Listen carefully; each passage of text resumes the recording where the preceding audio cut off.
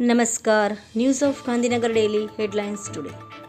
ભારતમાં visa passport વિના entry સામે કડક નિયમો બનાવાશે. સરકાર એક નવું બિલ લાવશે.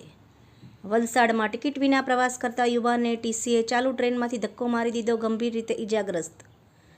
હિન્દુ લગ્ન એક્ટ હેઠળ લગ્ન અમાન્ય જાહેર થાય તો ગુજરાન ભથ્થું મળી શકે. Supreme court.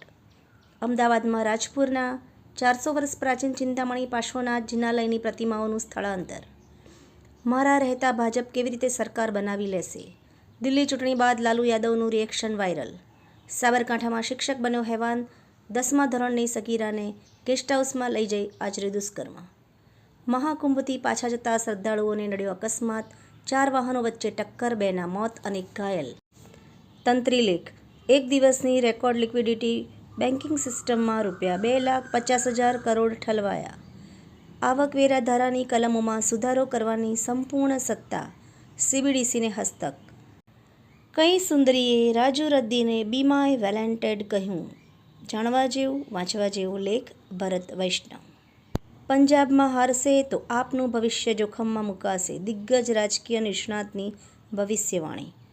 પરમાણુ મુદ્દાઓના નિષ્ણાત ભારતીય મૂળના પોલ કપૂરને ટ્રમ્પે સોંપી મોટી જવાબદારી. એનોજી સાહિત્ય સરિતા ગ્રુપ. વિષય મનની આંખો. એના ઉપર સર્જકોની ખૂબ જ સુંદર વિવિધ સ્વરચિત રચનાઓ. નડિયાદમાં નકલી ચલણી નોટો છાપવાનું કારખાનું ઝડપાયું. પ્રિન્ટર મશીન સહિત 2 આરોપીની ધરપકડ. જામિયા યુનિવર્સિટીમાં 14 વિદ્યાર્થીઓની અટકાયત, તોડફોડ બાદ દેખાવ કરવાનો આરોપ.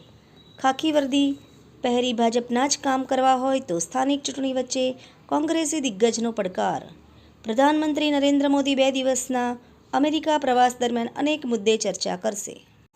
ગુજરાતમાં સમાન નાગરિક સંહિતાના ડ્રાફ્ટ માટે રચવામાં આવેલી ઉચ્ચ સ્તરીય સમિતિની બેઠક નવી દિલ્હીના ગુજરાત ભવન ખાતે યોજાઈ.